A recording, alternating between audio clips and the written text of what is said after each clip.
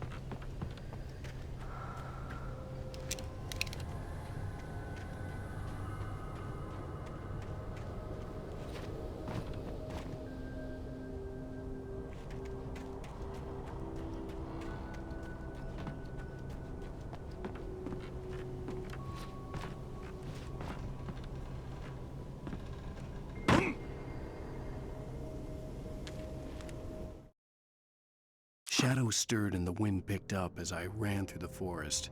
I felt the dark presence turning its gaze toward me. Then the moonlight was blotted out by dark shadows that raced violently across the ground, moving too swiftly to be natural. Darkness gathered between the trees and melted again to reveal the taken. No natural path had brought them here.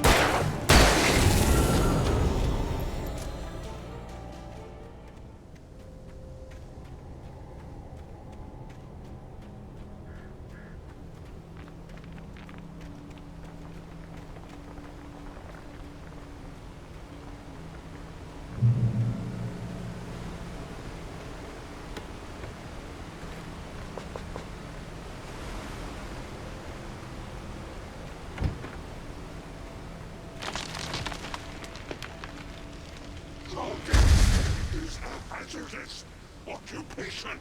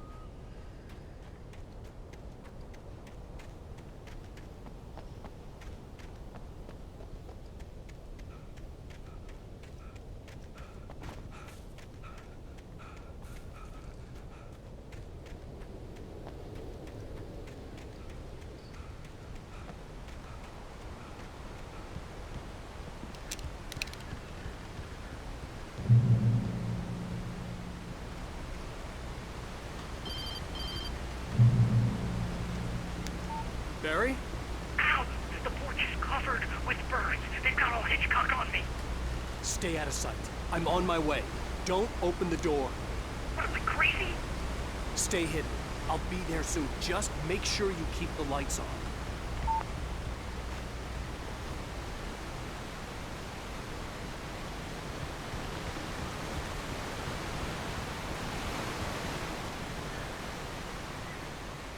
I still had to reach Barry at the cabin, but at least I was out of the woods.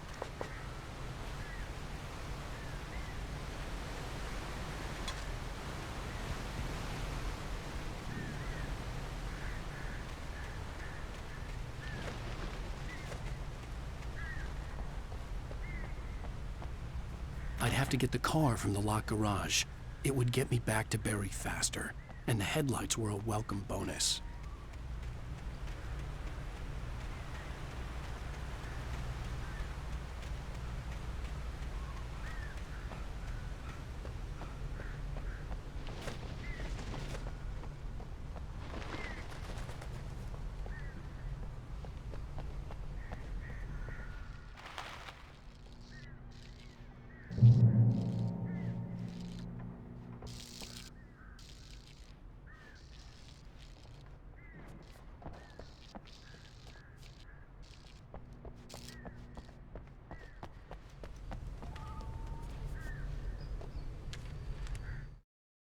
The FBI agent's command froze me in place. I considered surrender. It was all falling apart anyway. I could give in, let someone else deal with it, but it felt all wrong. Call it instinct, his posture, the way he held the gun. He was no friend. Shots ringing in my ears, I leaped for the hole in the fence and stumbled into the darkness beyond.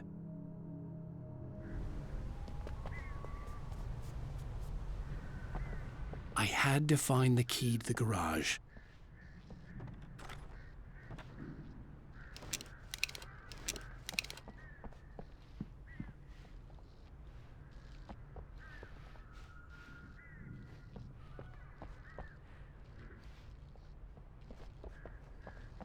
I needed the garage key to get to the car.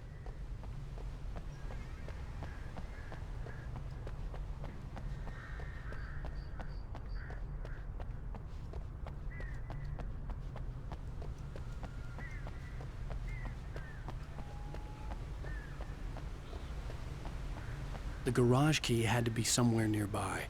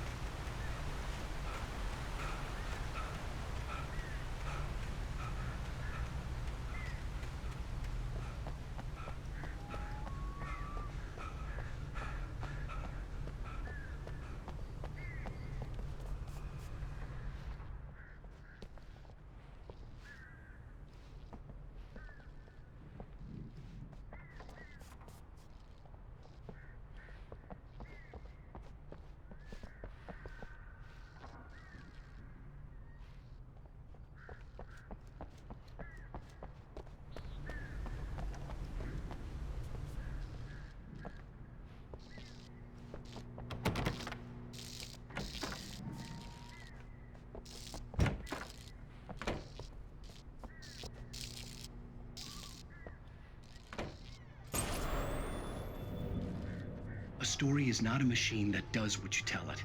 A story is a beast with a life of its own. You can create it, shape it, but as the story grows, it starts wanting things of its own. Change one thing and you set off a chain reaction of events that spreads through the whole thing. The characters have to be true to themselves. The events need to follow a logic that fits the story. A single flaw and the magic is gone. The story dies. Alice dies. You can horror about nature and yourself.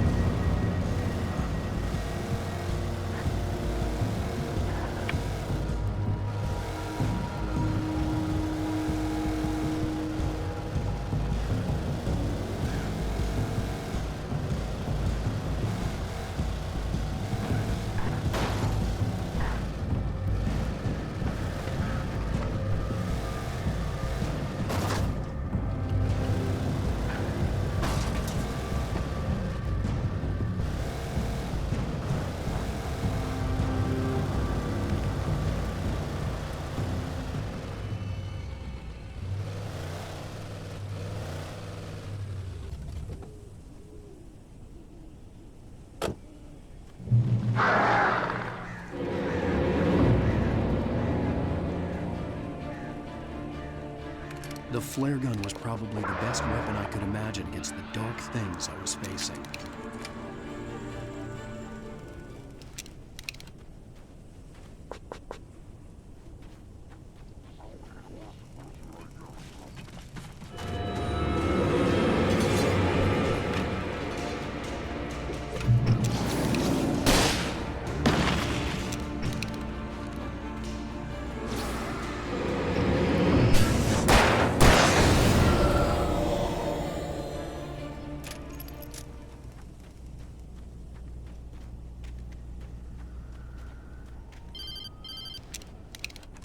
It was the kidnapper.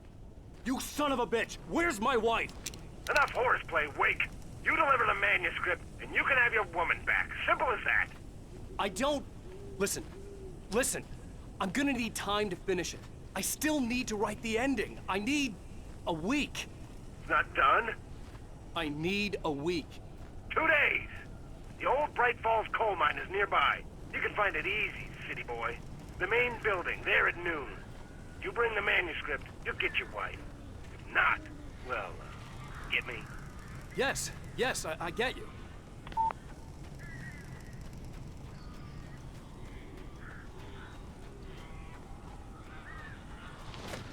Barry had talked about birds over the phone.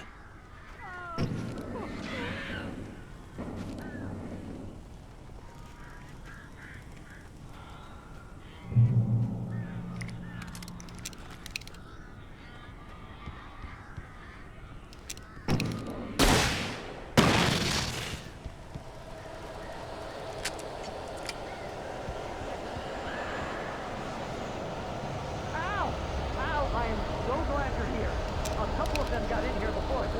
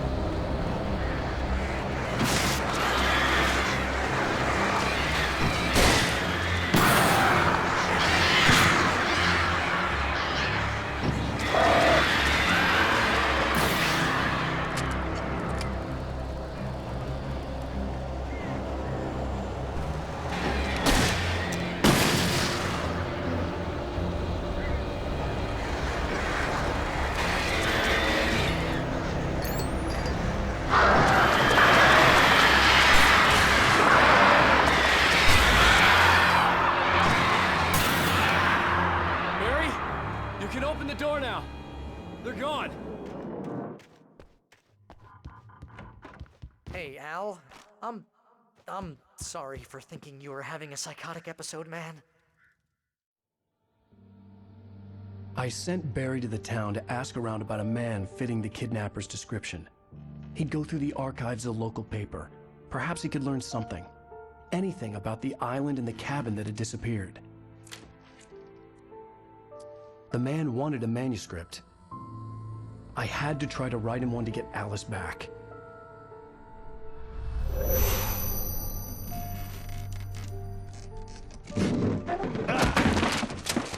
For me, the supernatural had always been nothing but a metaphor for the human psyche, a tool to use in writing fiction. Now, it was happening for real, and I couldn't put a single word on paper.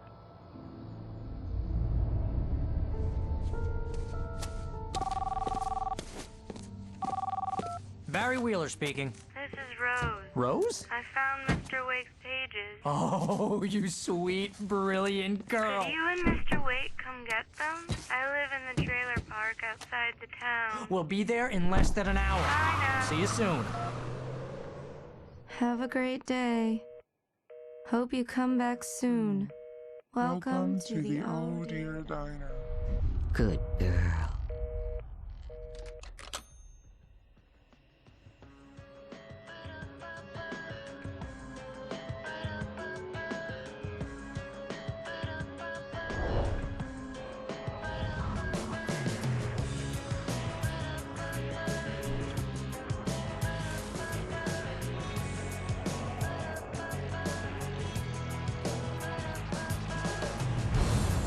Come here.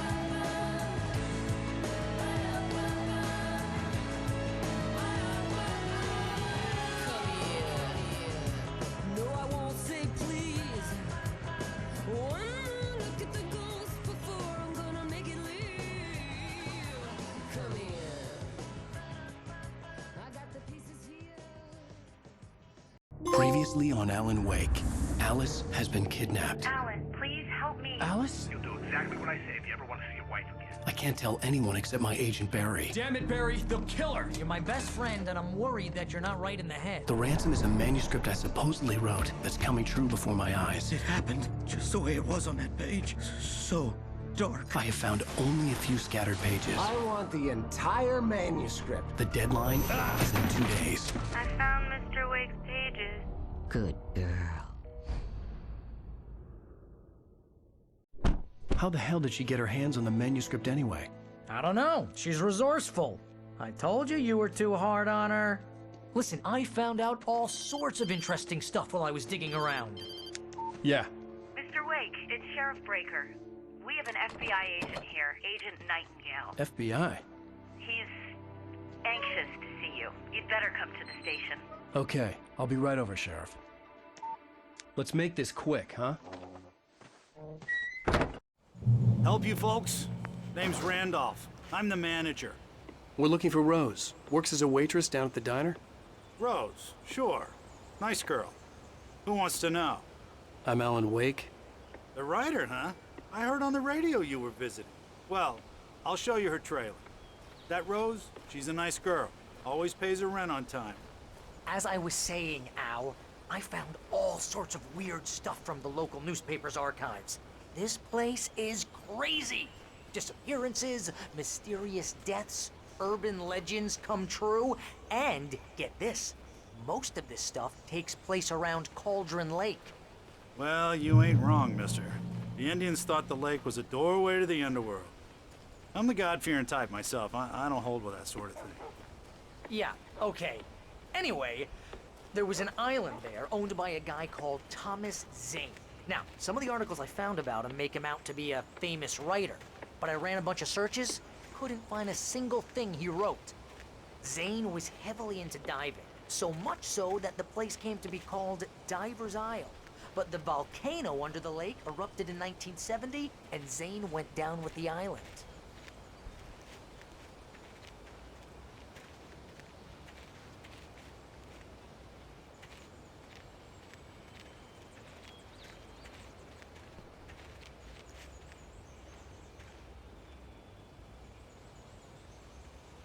It gets better.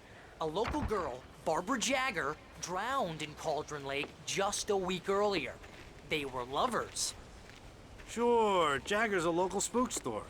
The Scratching Hag. Comes for you in the dark. Childish stuff like that. Anyway, Al, I'm just getting to the best part. All of the articles about this stuff were written by Cynthia Weaver. I asked around, and she's that crazy bag lady you met. What, the lamp lady? She can be a little loopy, but she's not homeless or anything. Yeah, anyway, she knew both Jagger and Zane before they both died, and she had some kind of a breakdown.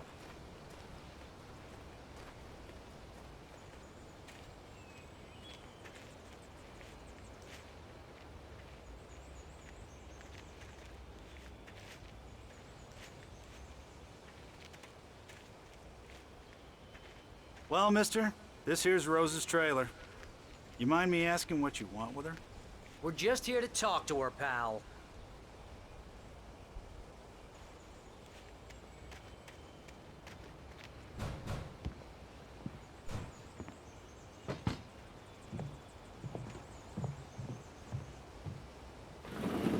Welcome to... Oh dear, Mr. Wake. I'm so glad you're here. Rose, you have my manuscript? Oh. Oh, yes.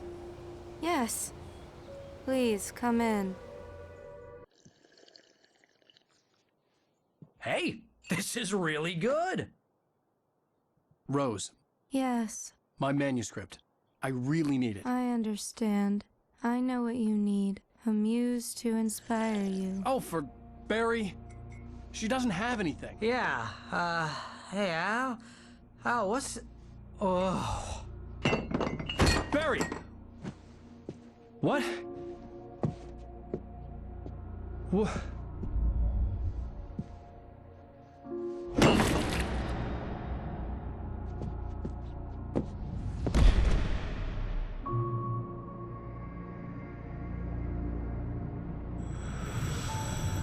It's coming for you, hiding in my barbarous skin.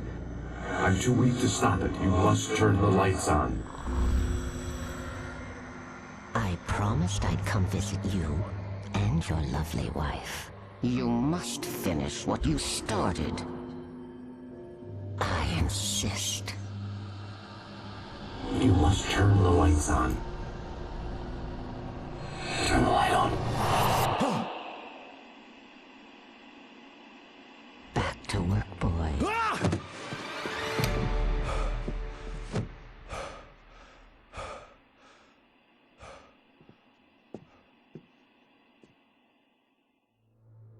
I felt nauseous, hungover. Only anger kept me going. I can't tell reality from dream anymore, but it seems I have an imaginary editor to help me. She's an old woman in a funeral dress. I call her Barbara Jagger. She's very strict. I'm writing faster and faster. My manuscript is being heavily revised. The edits are getting very aggressive, and each day there's less of me and more of her. I hate it, but I know she's right. She promises me I can save Alice this way. She knows more of this than I do. About the complex incantation I'm attempting. About this place. She's worked with another writer under similar circumstances, Thomas Zane. The genre of the story seems to be shifting. It's turning into a horror story. I'm getting close. I can feel it.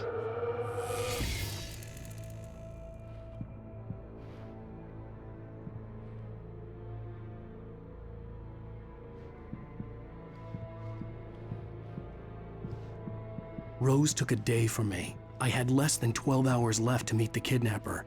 All I could do was get Barry into the car, work something out once I got on the road. Welcome to the Oh Dear Diner. What can I get you today? Coffee? I couldn't work up much hate for Rose. Something had used her to get to me and left its mark. First refill is free. Milk and sugar on the counter there. Would you like to hear today's specials? Thank you. A nice day. Come back soon. Barry was out of it. He was way too heavy to carry. You're right. I deserve more money. I'm so handsome.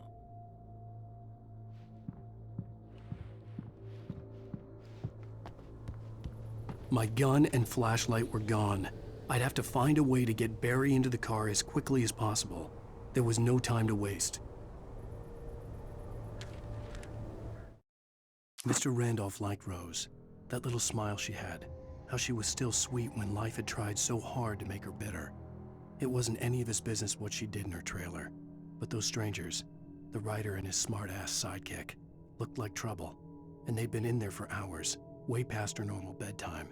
He reached for the phone and called the sheriff's station.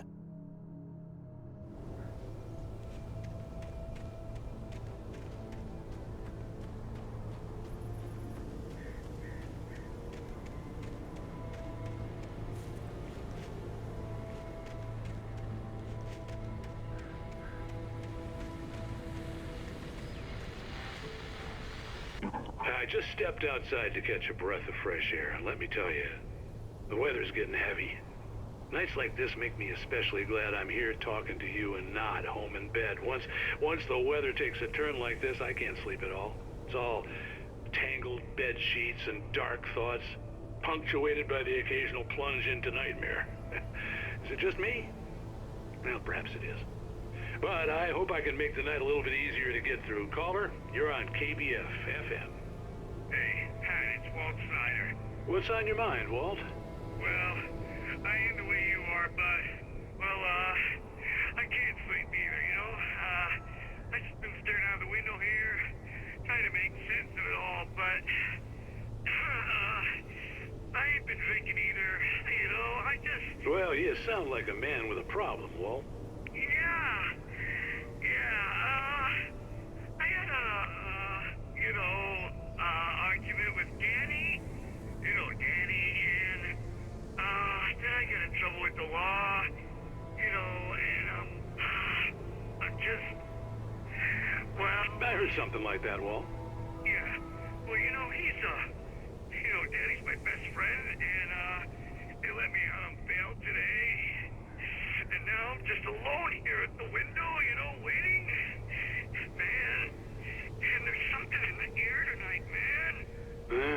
was just outside looking up at the sky above our broadcast tower thinking the same thing.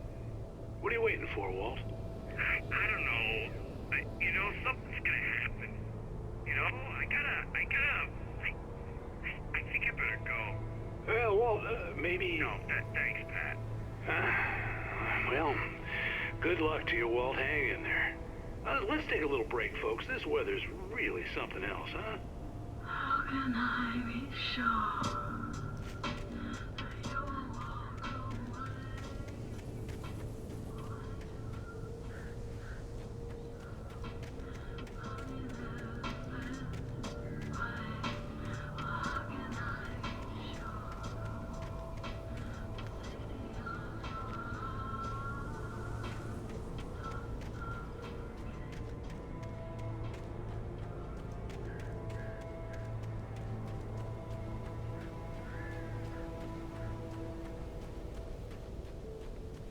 Oh, you're gonna get it now.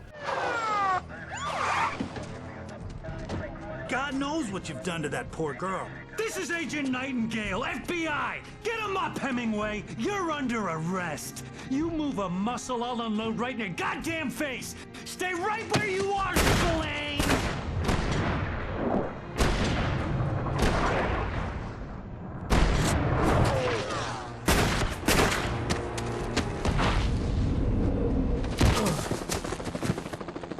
What are? I'm standing right here, you goddamn maniac!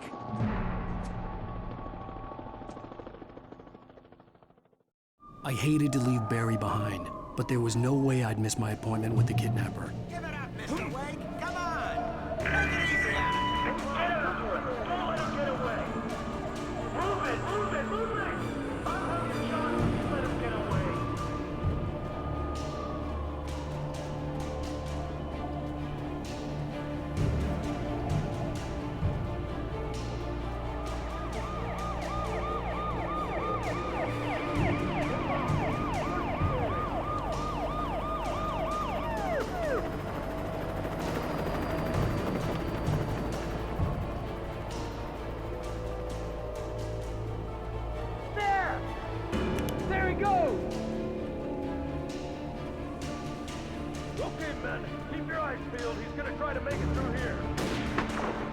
Oh, damn.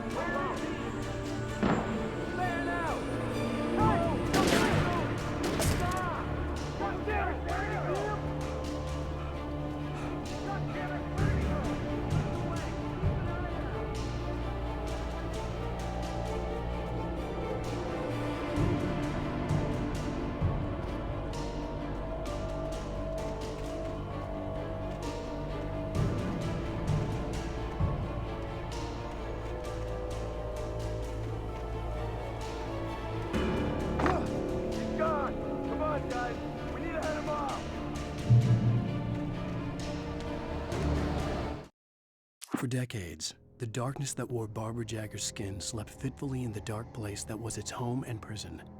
It was hungry and in pain. It dreamed of its nights of glory when the poet's writing had called it from the depths and given it a brief, terrible taste of power and freedom. The rock stars had stirred it from the deep sleep the poet had sunk it back to in the end. When it sensed the writer on the ferry, it opened its eyes.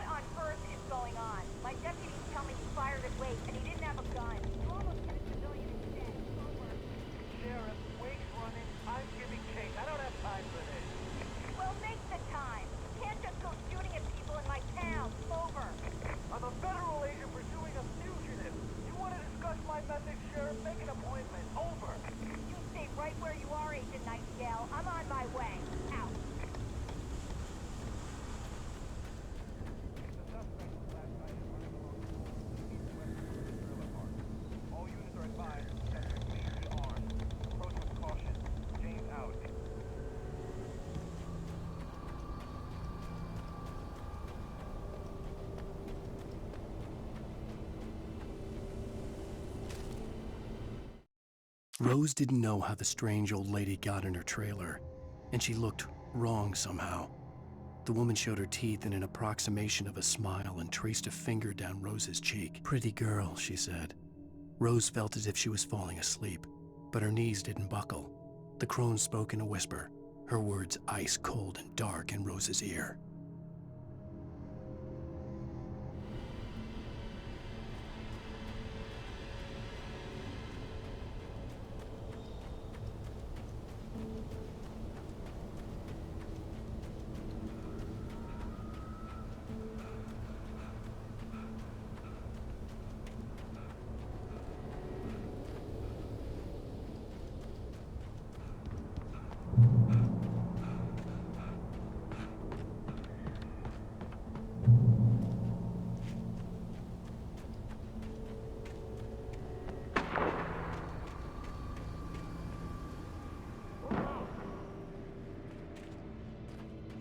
Search the area.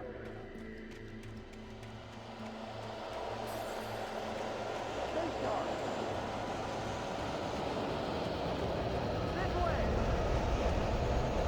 Over here.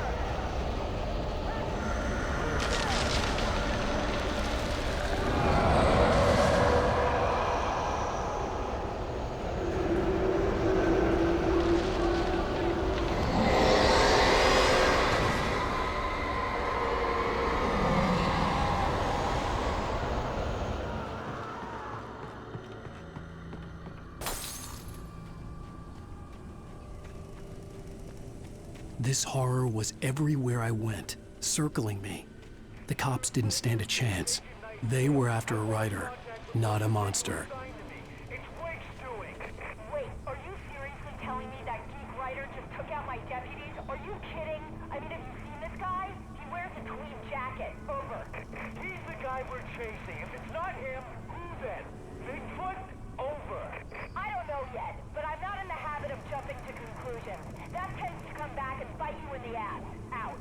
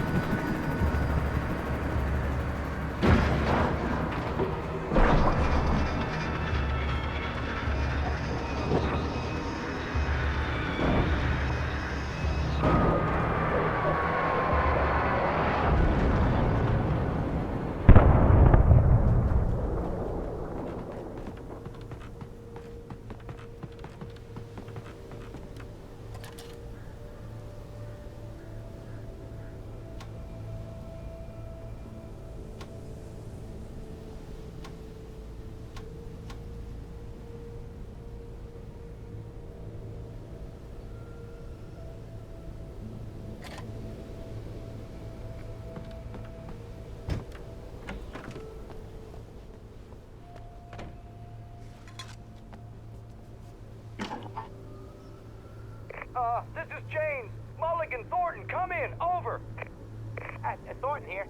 James, we got both Wheeler and Rose in custody. They didn't put up a fight or anything. Why, they were... Hey, what are you... Come on! Sit down and give me that. James, Mulligan here. Over. Go ahead, Mulligan. Over. We got Wheeler and Rose here.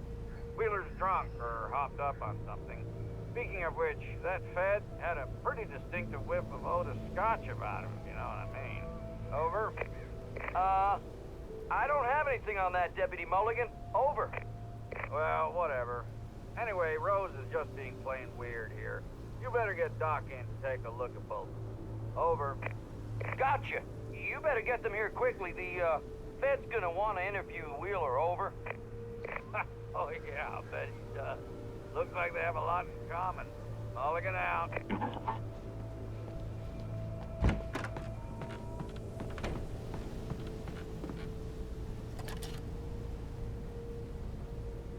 I could see the lights of the radio station in the distance.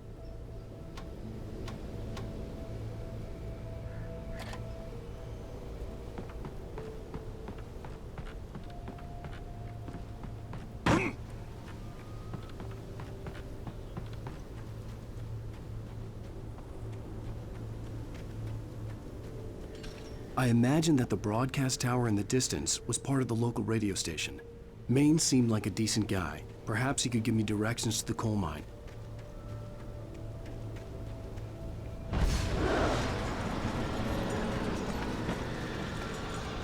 Unnatural shadows clung to the gate. The darkness that was after me was trying to stop me. I wouldn't get through without a light.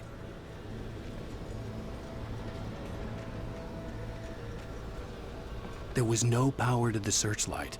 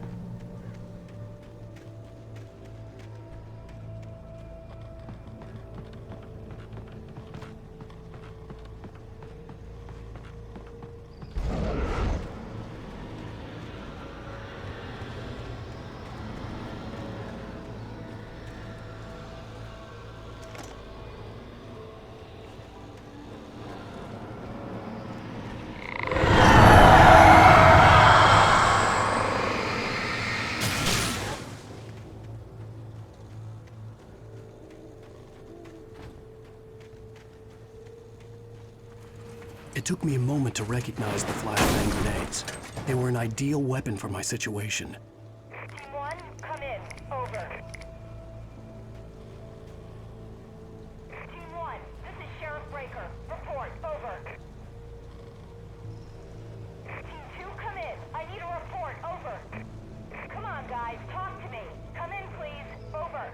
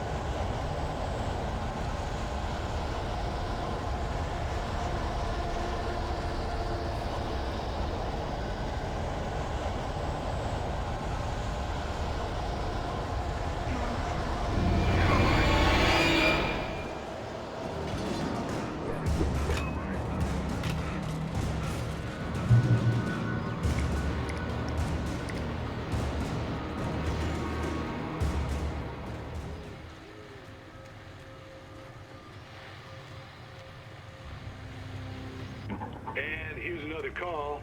You're on KBFFM with Pat Maine. It's Milt Peabody, Pat. What's on your mind, Milt? Well, I live near the trailer park, Pat, and there's a big ruckus going on over there. Well, that's just up the road from me, too. What's going on, do you know? I don't know, but there's a bunch of police cars there, lots of sirens, a helicopter buzzing around, and I think I heard some gunshots. Gunshots? Yes, sir, like from a pistol. So can you find out what's going on? Because it's just next door and they're popping off guns there. They're still shooting? No, it was maybe 10-15 minutes ago. It sounds serious, Pat. I'm telling you, it don't sound like no party. Well, I'm certainly going to give the station a call, Milt. Okay.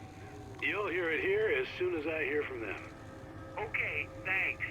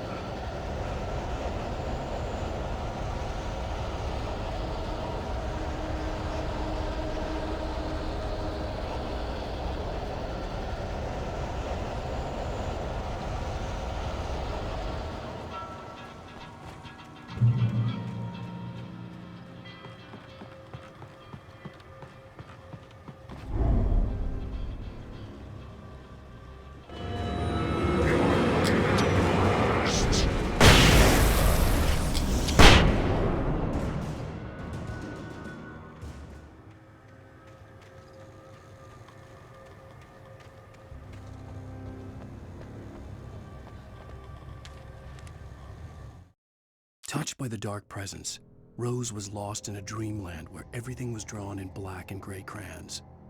The old lady had promised her that all her wishes would come true. She would be Alan Wake's muse. She was smiling so hard it hurt her face. She crushed a bottle full of sleeping pills into the coffee. Deep down inside, she was screaming in terror.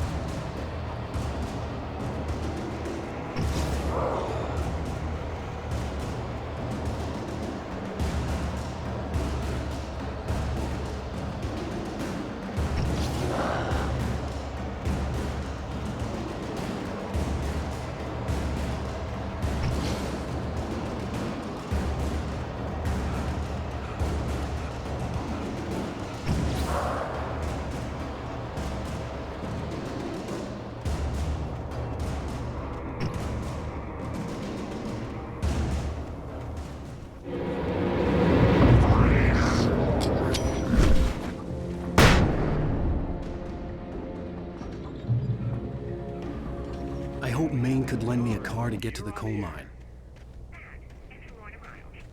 Oh, why, hello, Lorna. What do you have for us?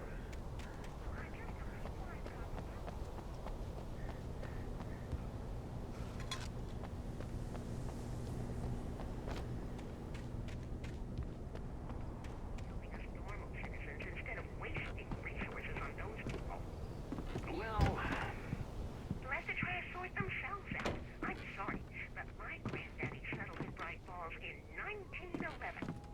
well, thank you very much for that compassionate viewpoint, Lorna.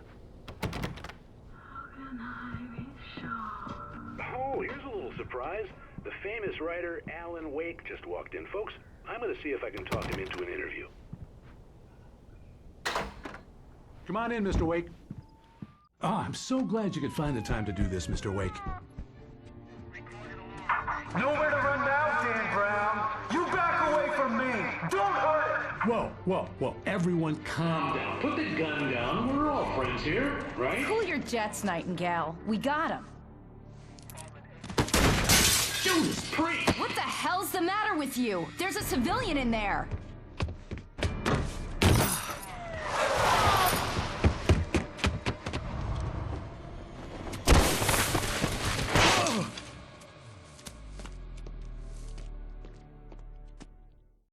I'll get you yet, even if it kills me. You hear me? You hear me, H.P. Lovecraft? I had fallen off so many cliffs it was ridiculous. That's what you get for naming a book The Sudden Stop. It was probably good I hadn't had the chance to tell Maine where I was going. I'd have to lose the cops and find my own way to the mine. Nightingale stared through the broken studio window into the dark woods. He turned around, started to walk out, but Maine grabbed his arm. "Young man, you almost shot me. You don't shoot off rounds at people like that. What's the matter with you?" Nightingale shook his arm free, marched out. His cheeks burned with rage and humiliation.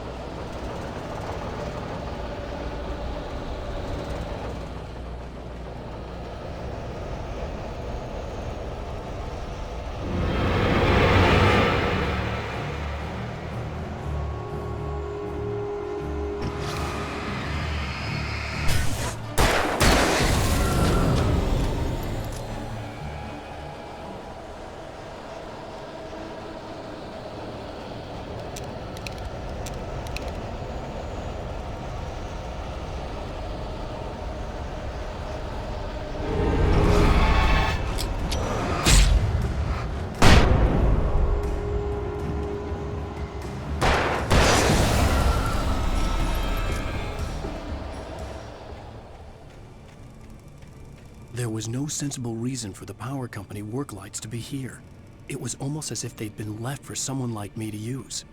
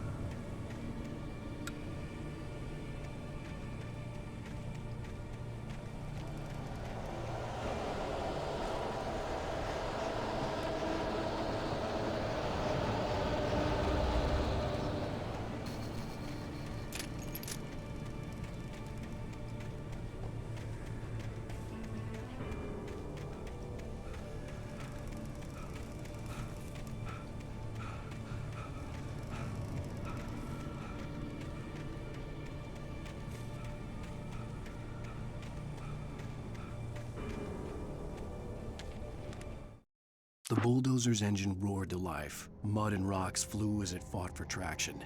It crashed through the concrete wall and landed heavily in the yard. If it were an animal, it would have shaken its head after the impact, fixed its eyes on me, and charged. Of course, it had no head, nor eyes. Shadows crawled on its form, twisting it into a monster. Then, it came for me.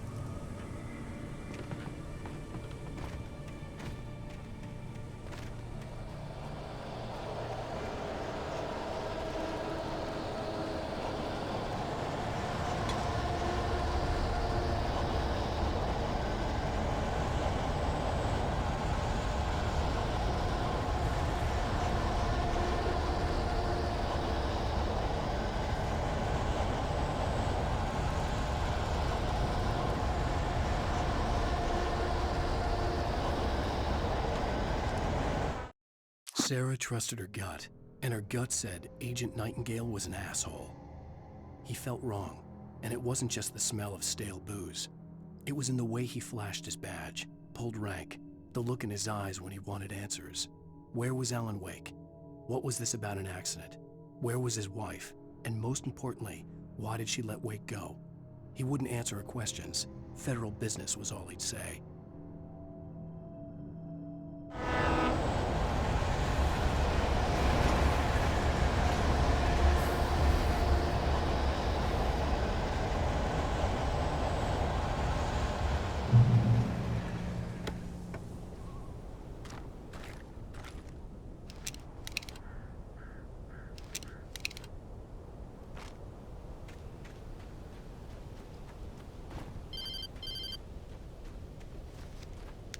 Hello?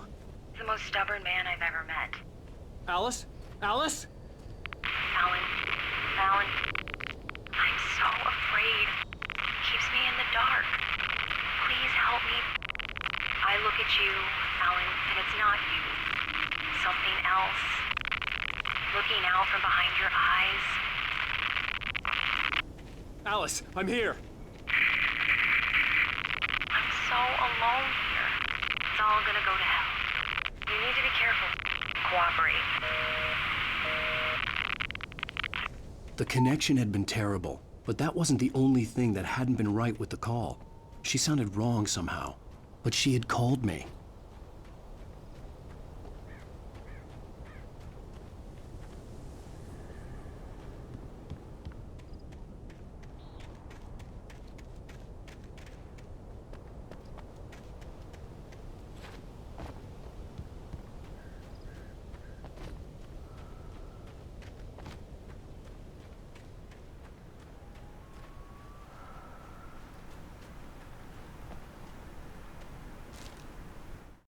The pipe wrenched itself loose from the bridge's steel framework. Wrapped in darkness, it floated in midair, twitching. For a moment, I didn't understand what I was looking at. The heavy object lurched at me with impossible force. I threw myself out of the way, but just barely. When I turned my flashlight on it, it shook in a dark rage before it flew at me again.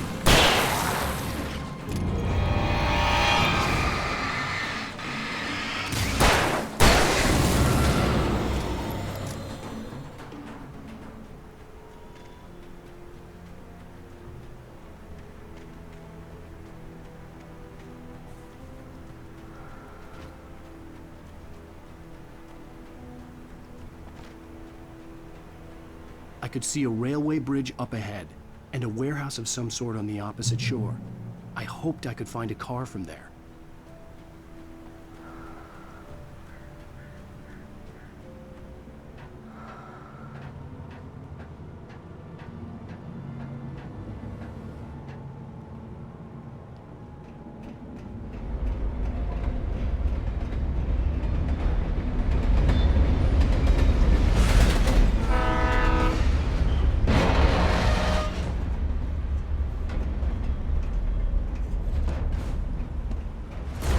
That was pursuing me was growing stronger, and it was taking over everything in its path.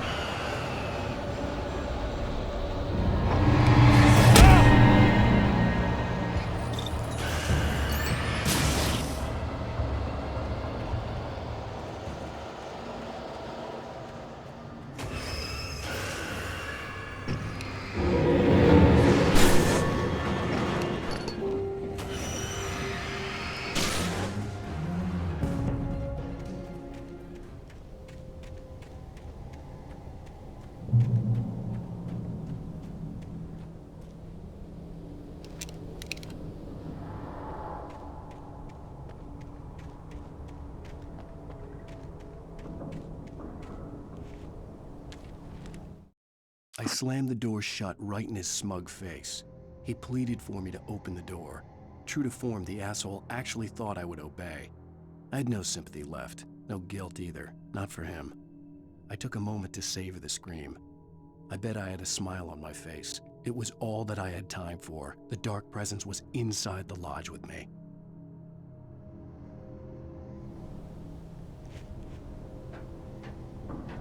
As a teenager, just starting to get interested in writing, Stephen King had been a source of inspiration to me. I thought about all the inanimate objects that had come to life in his books. No one is safe in a good horror story, certainly not the protagonist. That's what makes them fun. This was anything but. The darkness could possess anything, and it was getting closer.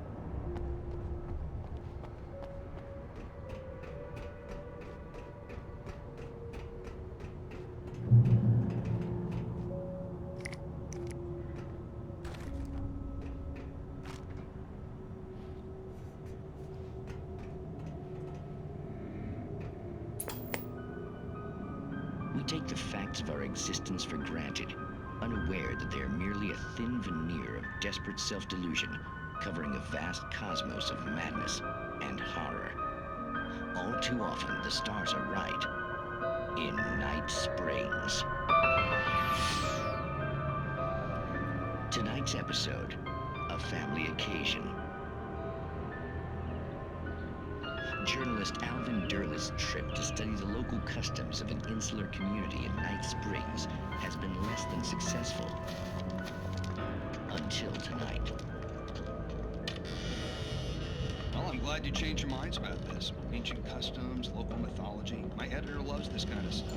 Well, Mr. Derleth, we don't want to feel like we're on exhibition, but you have demonstrated the seriousness of your intent.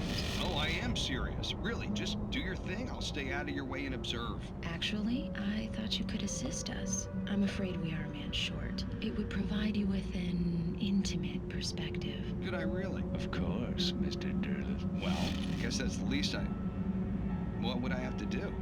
Oh, here. Let me show you with a kiss.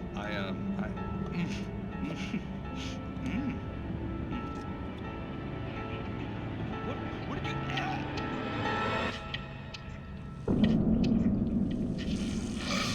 Oh, Mr. Derleth, you have well pleased Nixie Perka, the dweller in flesh. Your body shall host his 1,000 young, and all shall be glory.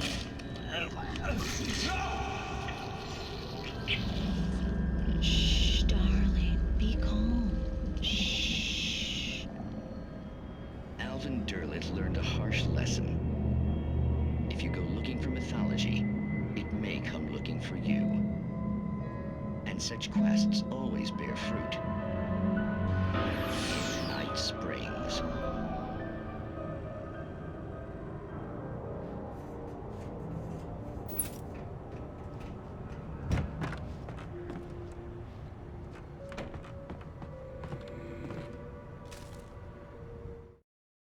The darkness surged towards me, sucking everything loose from the ground into its depths, tugging at my clothes. I saw the flare the kidnapper had dropped and threw myself towards it just as I felt my feet leave the ground. The darkness embraced me with the force of a tornado. Somehow I managed to light the flare. The darkness roared and cast me away. I fell toward the dark waters of the lake far below.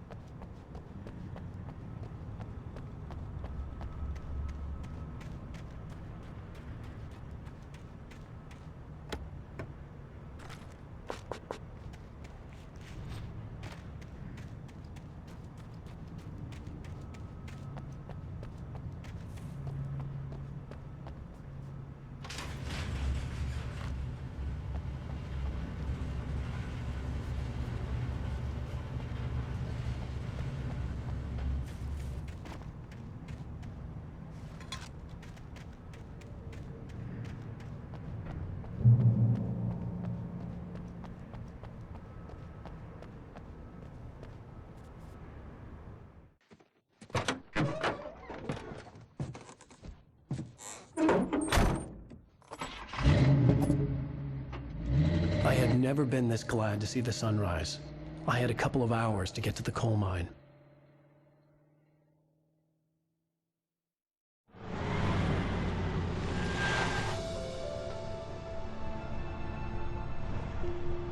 The coal mine wasn't far now.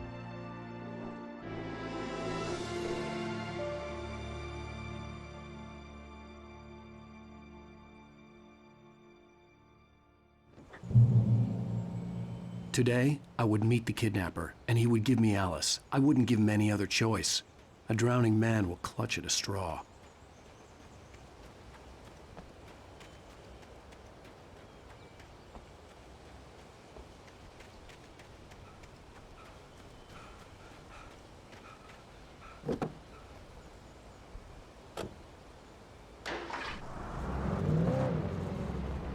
Little by little, without realizing it, I'd come to believe that the story in the manuscript was coming true. The current of its narrative had taken me deeper and deeper into dark waters. Alice had been taken from me. Barry was probably in jail. I was a fugitive from the FBI. The whole world taken over by the dark presence was trying to destroy me. It all felt real, but it matched a textbook case of insanity.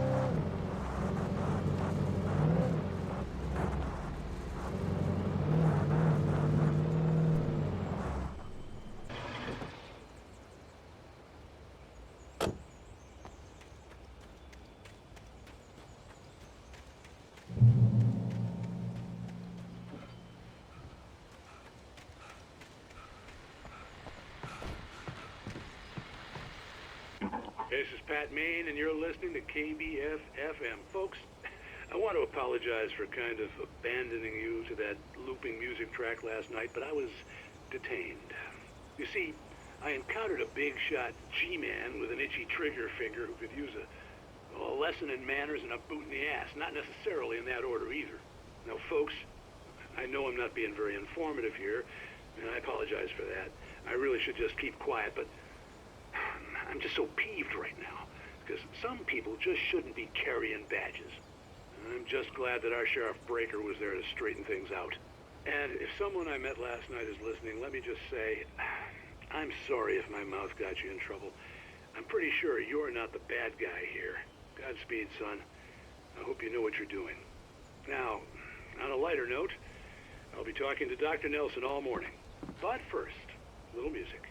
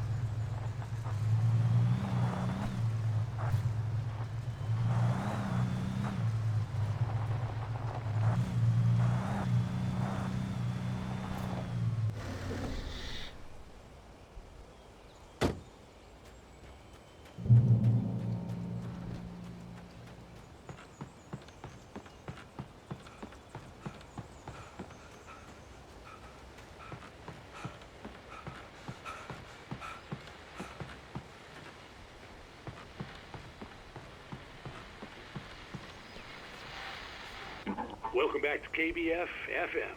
Hope you enjoyed that tune. Now, Doc, you were talking about life and finding that special someone, that soulmate. Well, you were talking about that. I was saying I don't buy it. Well, see, to me, that's strange, because I always pegged you as a hopeless romantic. You got me there, Pat. But I think love's where you look for it. And you need to do a lot of looking, sure. But the idea that there's that one special person out there for you, and if you chance it's gone forever and you're forever incomplete. I mean, isn't that depressing? Or, heck, childish even? There's plenty of fish in the sea. And apparently a fisherman has a fishing analogy for everything, but what you're saying, isn't that a little harsh? Well, no. What I am saying is that your potential for finding that connection isn't limited to what's essentially a chance encounter. How is that harsh? Yeah, well, I guess that's a nice thought, but let me say something personal here. Okay. Now, well, I don't disagree with you exactly, but I can't really fit that together with what I feel, what I felt for someone, because she was the one. She was. And I let her drift away from me. Maybe I didn't put in the work, I don't know, but, well, since then, and it was a long time ago, but since then, there hasn't been anyone, not like her. And I'm not saying I dwell on her or haven't moved on. I like my life. I'm not living in the past, but I do miss the way she completed me. You can't argue with the heart, Pat. I'm sorry, folks. I had kind of a scary experience last night, and let's just say it's shaken a few things loose.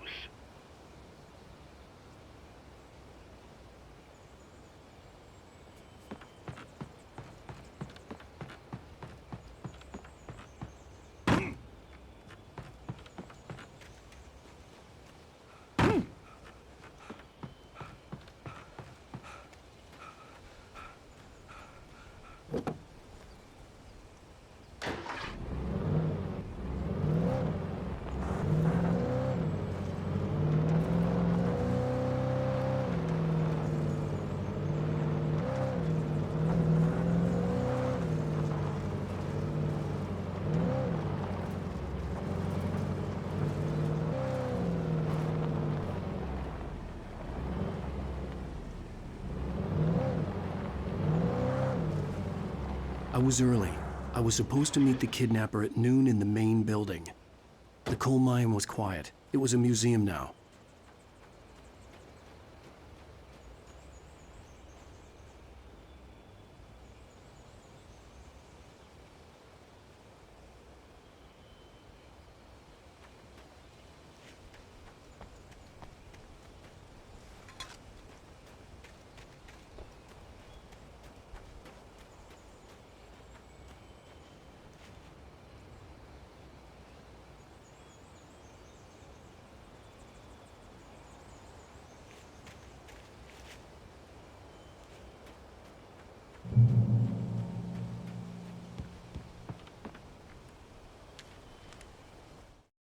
With Nightingale gone and the night wind blowing in through the broken studio window, Maine stared at Sarah. The sheriff looked away. Maine's voice shook with barely controlled anger. That boy's doing more drinking than thinking. I hope you know what you're doing, Sarah. He's got a sickness in his eyes. You take my word for it. He wants Wake for a reason, and it's not for anything good.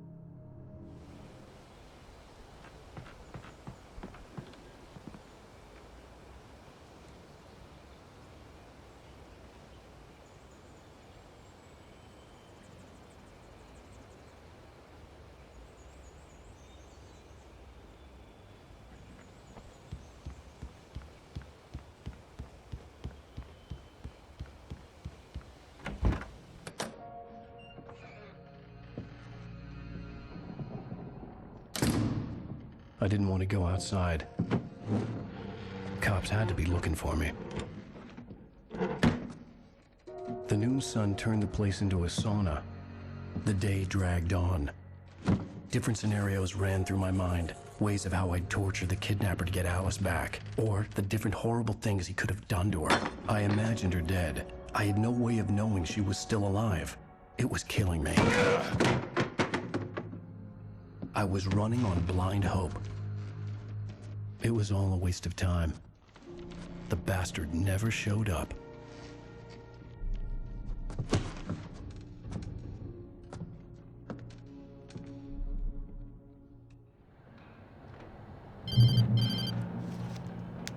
Wake! Where the hell are you? Change of plans. You know where Mirror Peak is? It's a big mountain north of where you are. You follow the path from the mine, you can't miss it. There's a lookout point there. I'll be waiting. I'm through being jerked around You by want you. to see your wife alive? Because if you do, you better watch what you say to me. Do we understand each other? I want to talk to Alice. Yeah, and I want the manuscript. Don't keep me waiting, Wake. Hello? Hello! Ah! I'm gonna kill him! I had to get to Mirror Peak.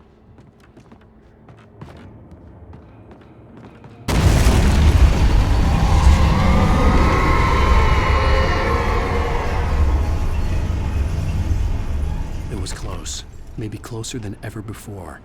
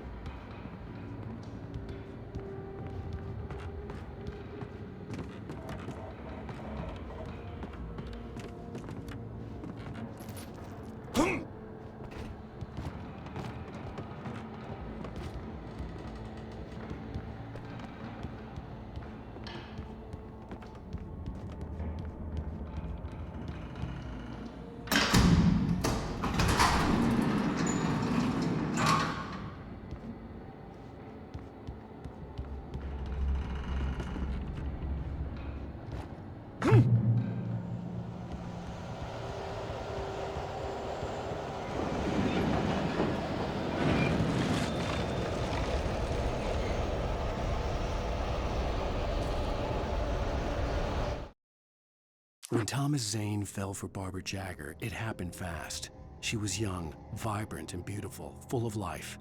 He had never been a very happy man, and without any seeming effort, she had changed all that.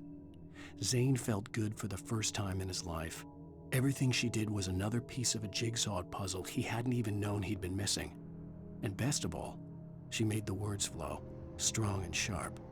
She was his muse.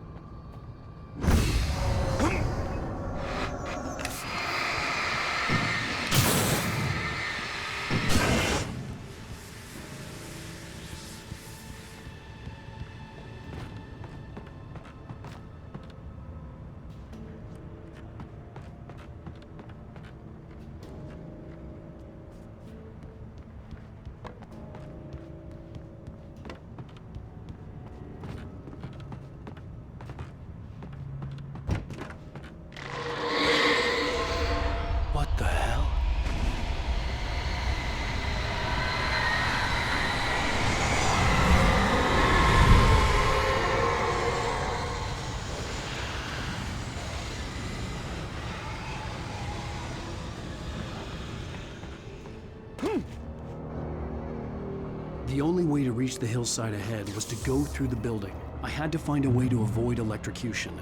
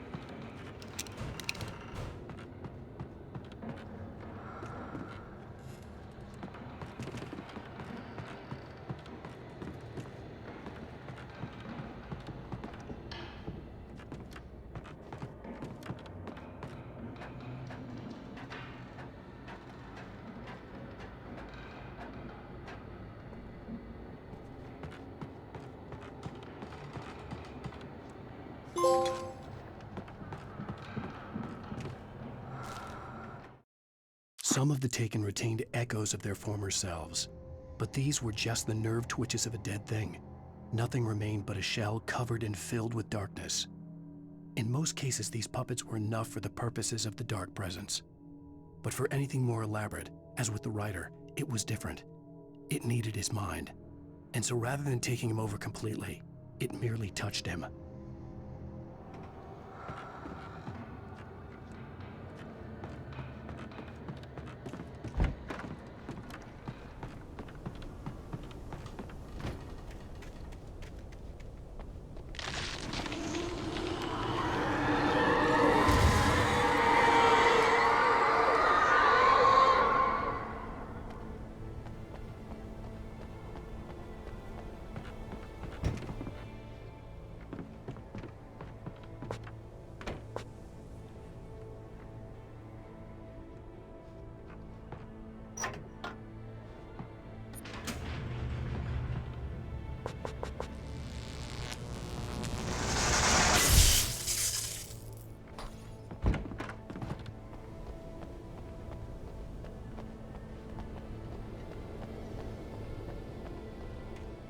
There was no way the flashbang grenades were standard power company equipment.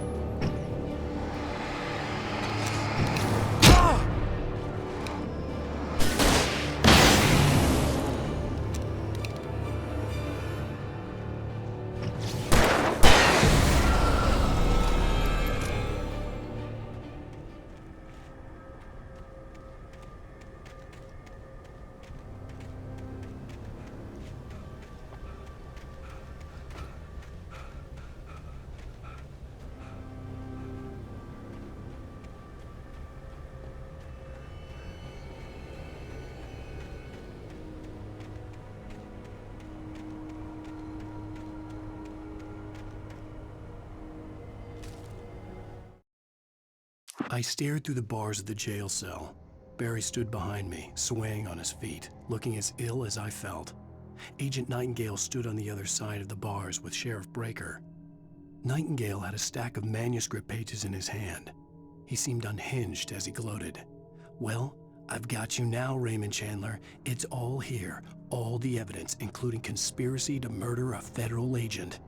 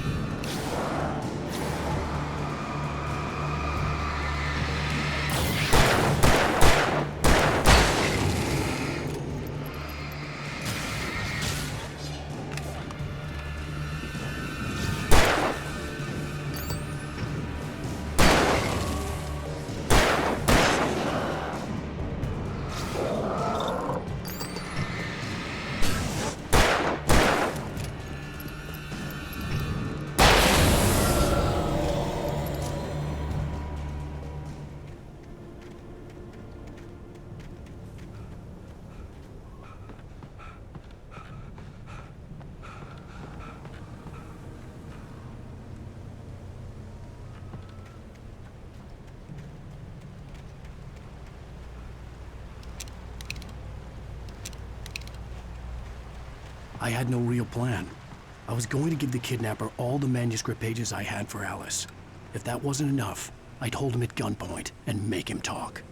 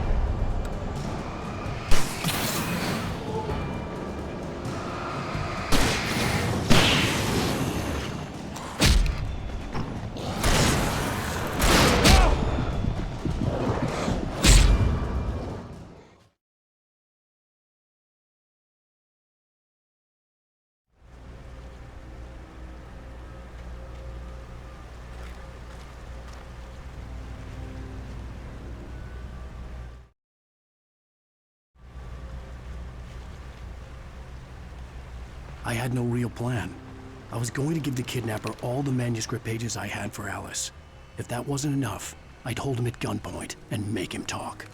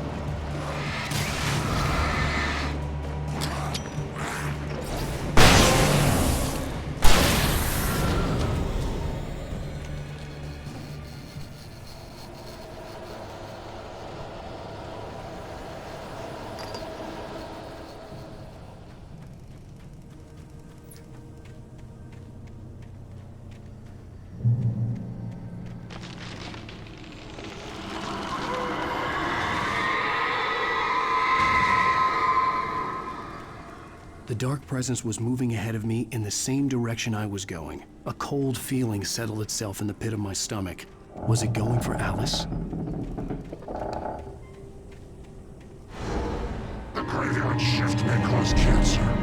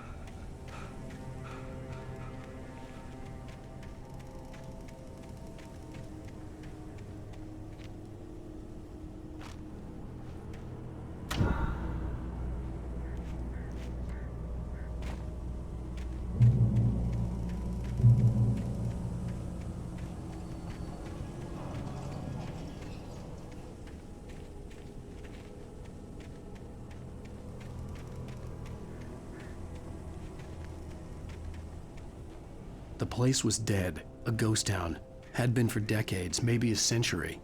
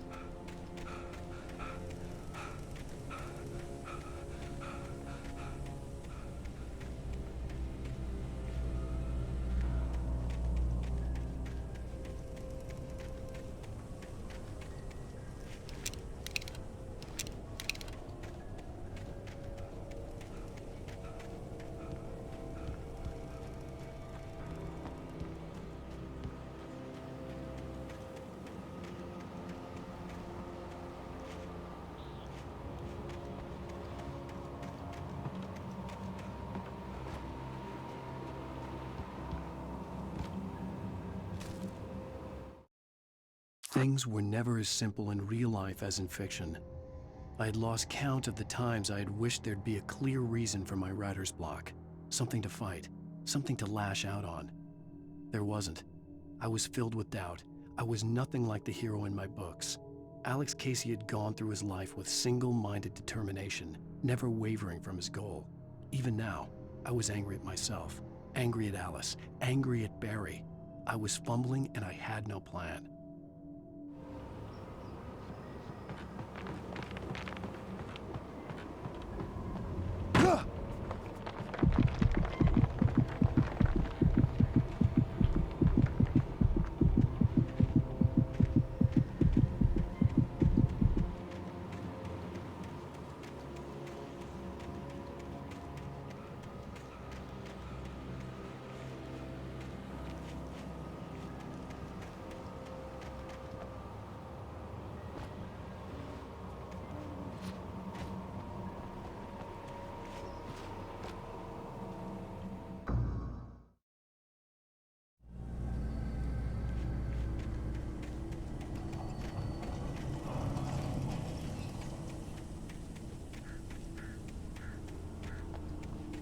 The place was dead, a ghost town.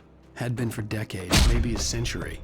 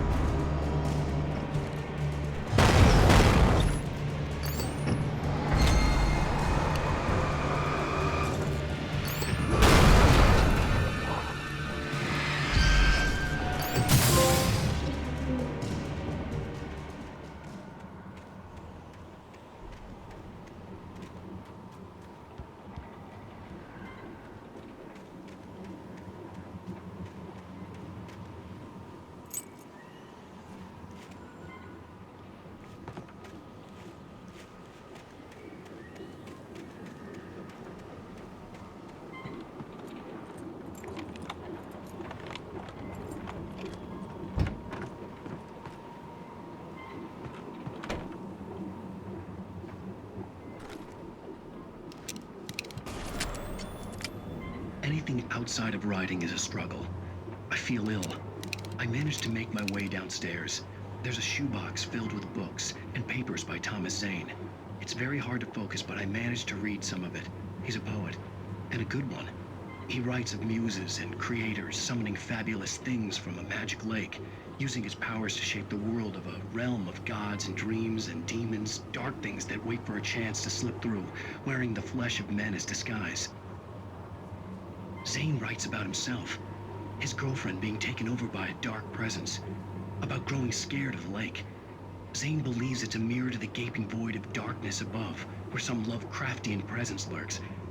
I crawl back upstairs. I'll borrow these things for my story. They ring true. They fit.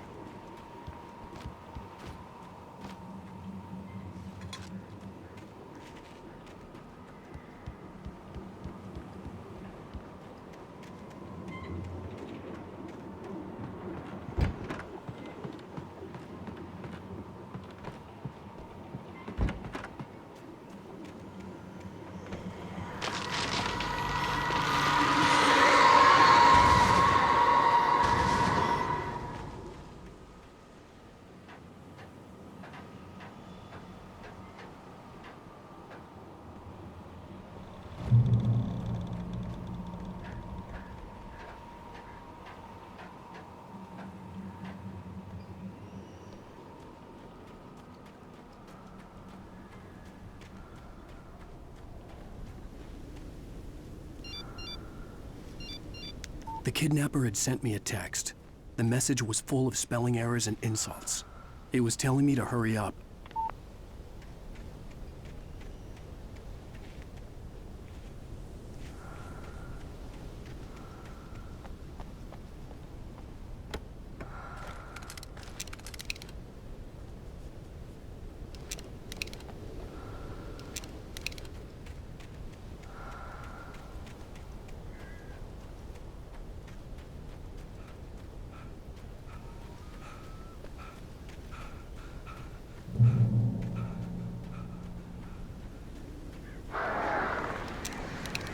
Birds.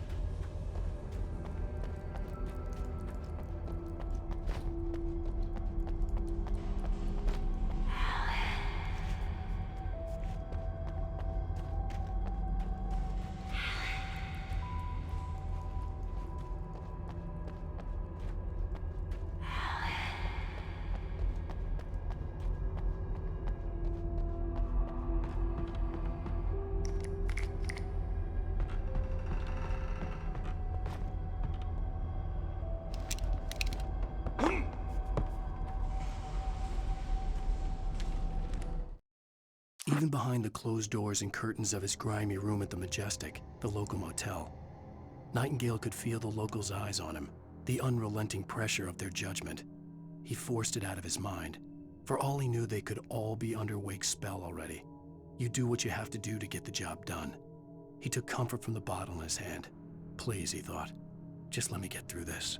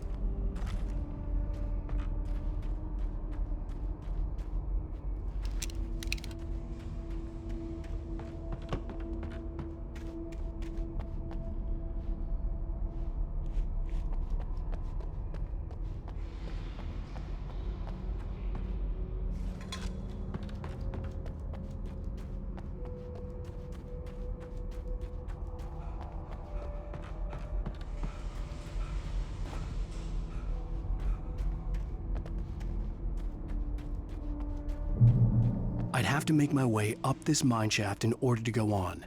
Maybe the machinery could help me with that.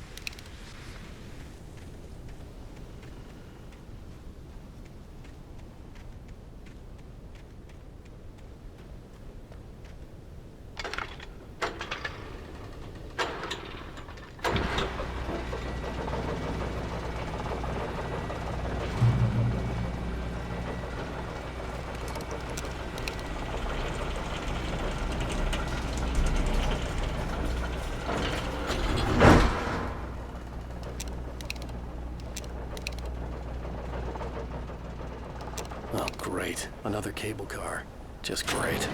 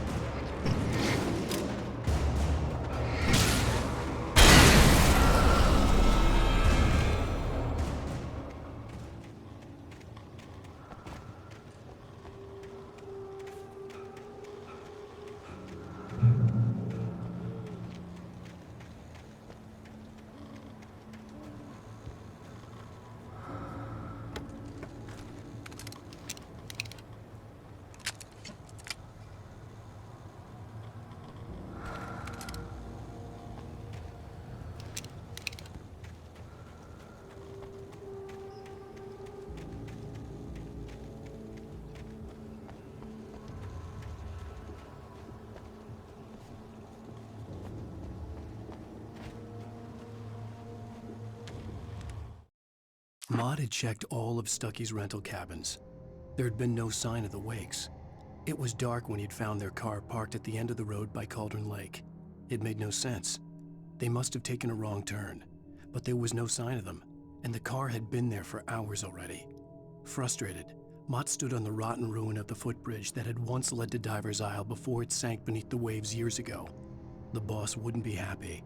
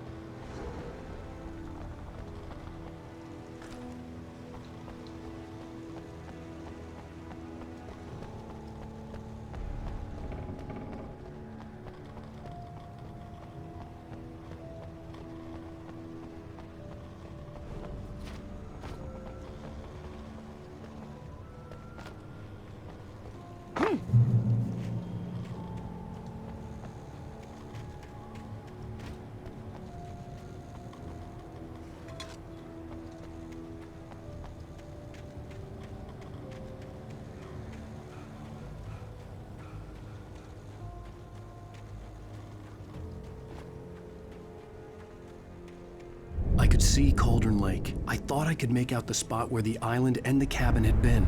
There was a light near it. It had to be a boat.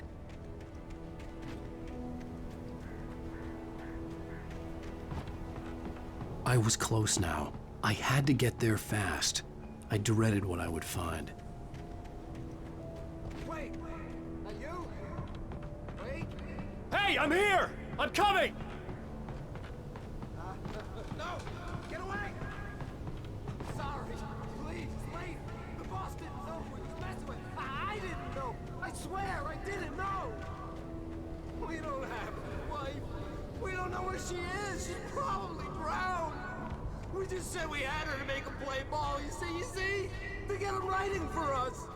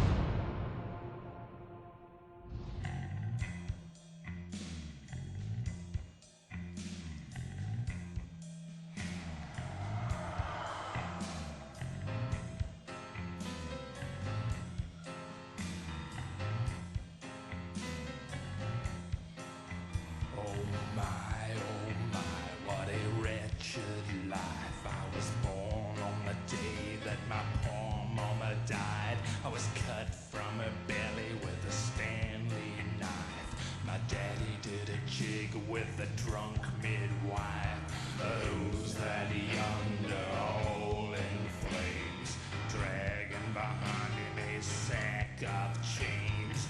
Who's that yonder hole in flames? Well, up jumped the devil and he staked his claim.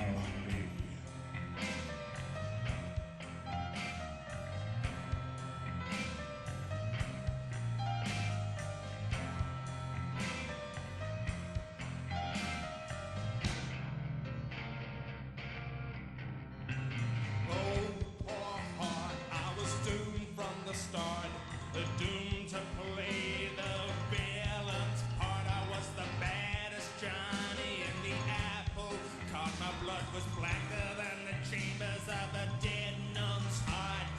Who's that milling around the courthouse steps? Nail on my face to the hitching fence. Who's that milling around the courthouse steps? Up jumped the devil and off we crept.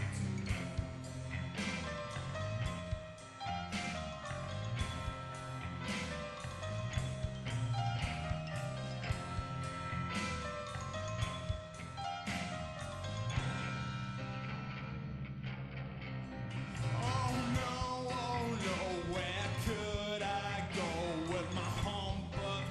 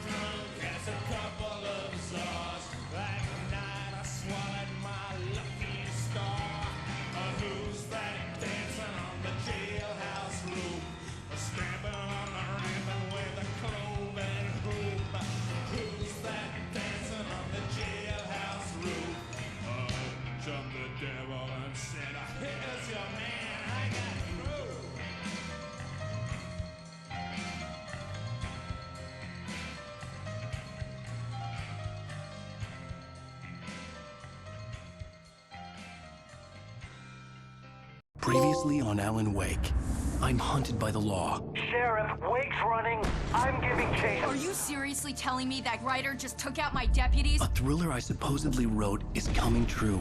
The genre of the story seems to be shifting.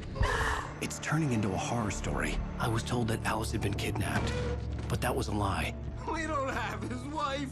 We don't know where she is. Her purported kidnapper was eaten up by the dark presence before it attacked me.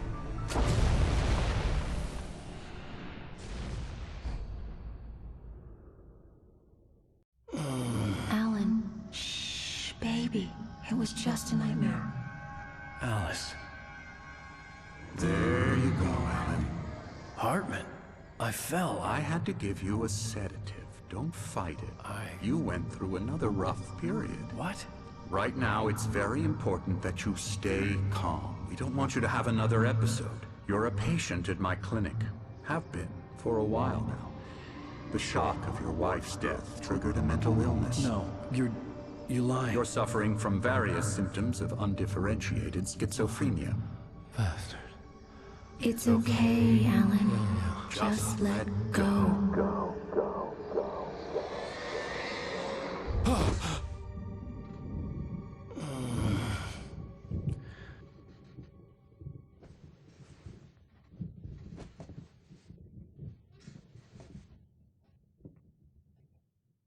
I felt groggy. Whatever Hartman had bumped in me was making me numb.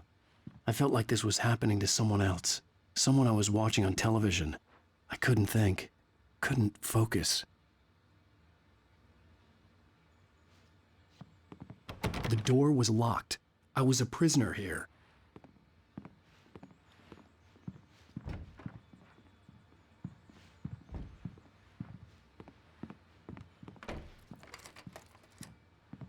Good evening, Alan. Are we feeling better now? Feeling calm? Yeah. I see you brought your pet gorilla with you. So sure, I'm calm. I get the message. Loud and clear. Why, right. That's the spirit. You're being very brave, Alan. I understand you're confused. I would be more concerned if you weren't suspicious of me. I don't blame you for it. Big of you. Now, why don't you come with me? We'll reacquaint you with my clinic and go over everything you might have forgotten. Little walk and some fresh air? Yes, it will do you good.